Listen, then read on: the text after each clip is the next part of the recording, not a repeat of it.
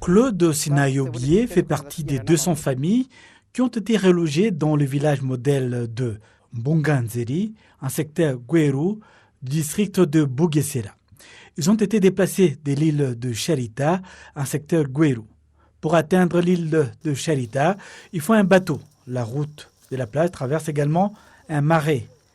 L'île est généralement bondée du monde. Certains des évacués s'y rendent encore pour chercher de la nourriture car certaines personnes y vivent encore. Sinayobié Claude explique la nature de ces lieux. Ici, nous traversons de la cellule Nganga à la cellule Charita. Habituellement, en avril, l'endroit est inondé d'eau et il est impossible de planter quoi que ce soit avant juillet. L'eau vient et atteint cette citerne, mais ne la dépasse pas. Même lorsque tous les autres endroits sont remplis d'eau, lorsque cela se produit, tout le monde souhaite pouvoir vivre ailleurs pour le moment et revenir avant tout quand tout sera fini, lorsque le poisson est disponible partout pour les pêcheurs. Sinayobié dit qu'il est né en 1978. Il indique également que son père a été parmi les premiers habitants de ces lieux en 1990. L'île de Charita a ensuite été habitée par un certain nombre de familles. Il est difficile pour un enfant d'aller à l'école car l'environnement est hostile.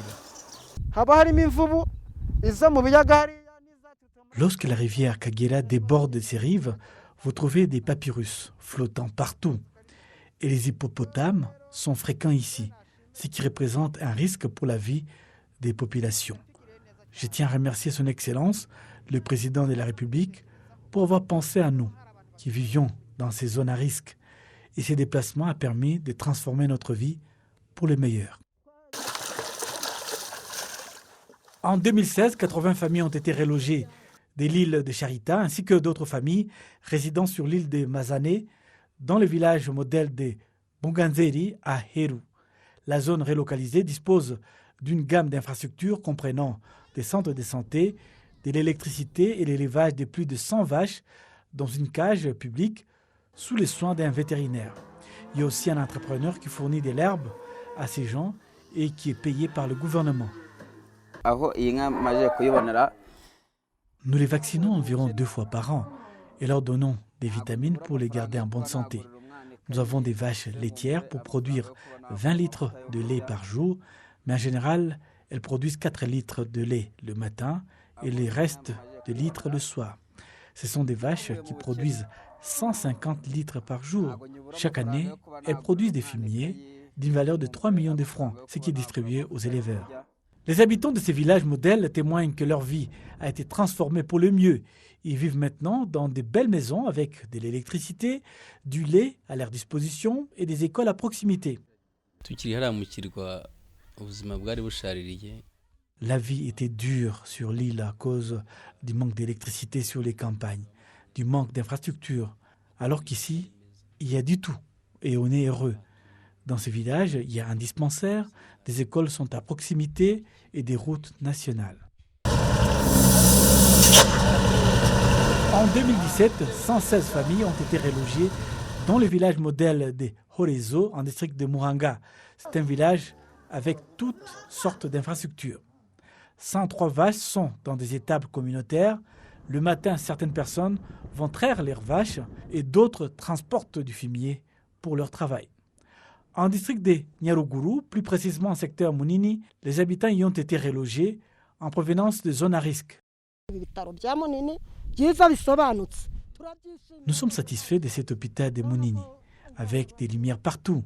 La ville est magnifique la nuit. Là où je suis né et grandi, l'électricité était plutôt rare. Le pays tout entier a l'air incroyable, grâce à son Excellence Paul Kagame. Que Dieu le bénisse.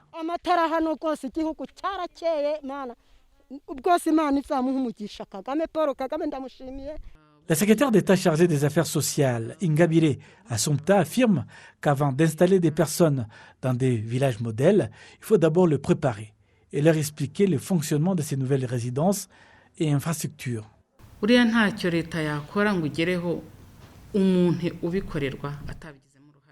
Le gouvernement ne peut pas aider ceux qui ne sont pas prêts à participer. Il est de leur responsabilité de protéger et de nettoyer leurs maisons, car le gouvernement a tellement de domaines sur lesquels se concentrer et mettre les infrastructures là où ils sont nécessaires. Donc les gens devraient avoir un sens de responsabilité. Le ministère de l'administration locale affirme que la vision du pays est que chaque secteur ait un village modèle. Plus de 120 villages modèles ont déjà été établis dans le pays. 5 182 familles ont déjà été réinstallées dans ces villages. 28 000 personnes au total vivent déjà dans ces villages.